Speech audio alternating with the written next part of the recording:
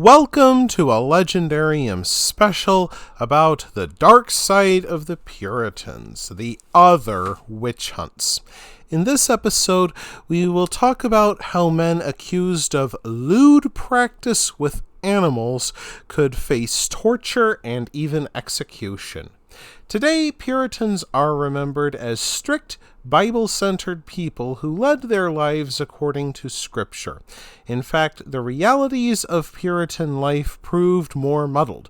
A host of strange superstitions permeated Puritan life. Black cats became especially feared because Puritans associated them with witchcraft and blood rituals.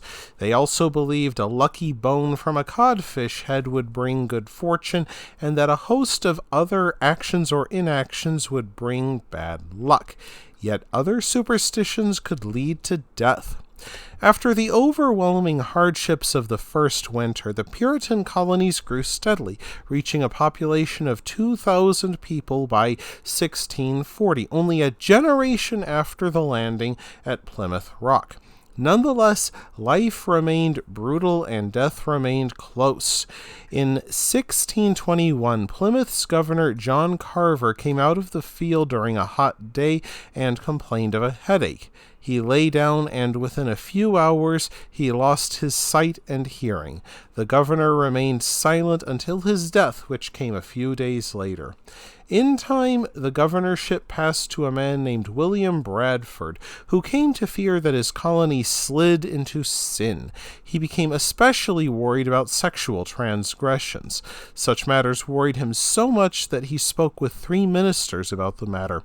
Together, they decided which crimes warranted the death penalty, how far an interrogator should go in extracting a confession, and whether there are crimes in which a single witness and a confession proved sufficient rather than the then traditional standard of 2 witnesses. In 1642, a man named John Keene came to the authorities.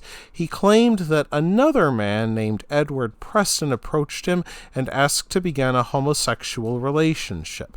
Governor Bradford ordered that Edward Preston be arrested.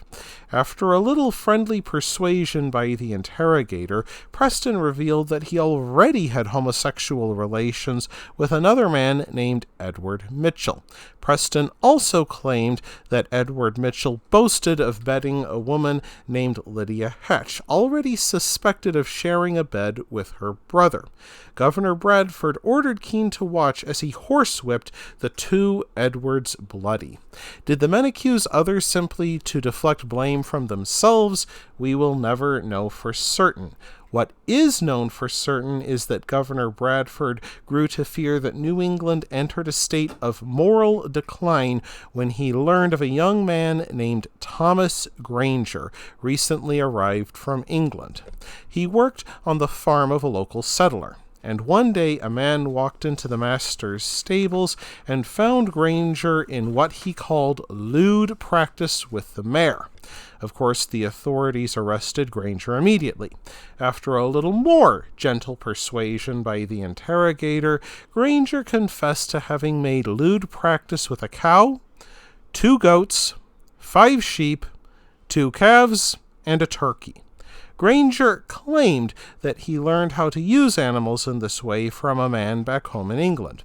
Governor Bradford and his men patterned the punishment after their reading of Leviticus 20:15, placing Granger on the gallows. After rounding up all the animals that Granger had inappropriate relations with, they slaughtered the animals in front of him. Finally, they hung him and buried both him and the animals together, for they considered the beasts to be defiled and unclean.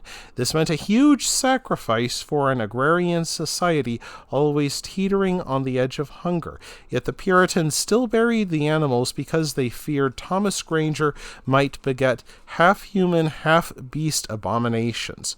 This belief explained why, in their eyes, some newborn animals had birth defects. Even doctors taught that deformed animals must have human parentage.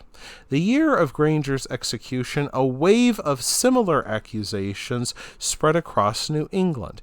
In Connecticut that same year, a sow owned by John Wakeman gave birth to a hairless, soft-skinned piglet with a single protruding eye in the middle of its forehead. A young man named George Spencer worked for him and had protruding eyes as well, so Wakeman judged it only reasonable that Spencer must have impregnated his sow. Spencer denied the accusations until the local magistrate, Stephen Goodyear, warned him that he would go to hell if he did not confess. So Spencer confessed, and the authorities slaughtered the sow before him and then hung him. A few years later, the fittingly named Thomas Hogg of New Haven faced similar accusations when his former employer, Margaret Lamberton, saw her sow give birth to 2 abnormal piglets. This time the governor forced Hogg to enter the pigsty. When the sow appeared to become excited when Mr. Hogg entered, the governor judged him guilty. However, Hogg got off relatively easily, being whipped and sentenced to hard labor to compensate Mrs. Lamberton for the loss of her pig.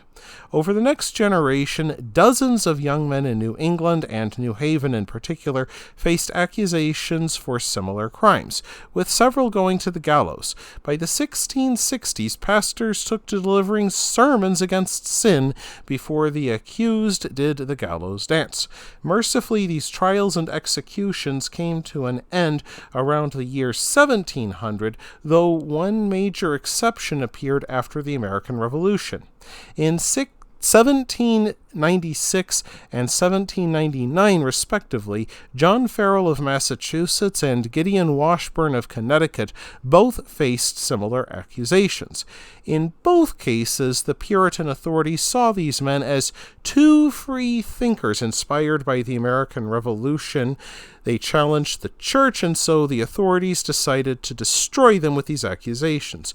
Mercifully, both men would be pardoned by Governor Sam Adams, and this chapter of American history came to a close. That wraps things up for this episode of The Legendarium. I hope you enjoyed it. If you did, press like. If you want to see more, press subscribe, and if you've got anything to say, let me know in the comments section. Thanks again for joining me, and I hope that you have a great rest of the day.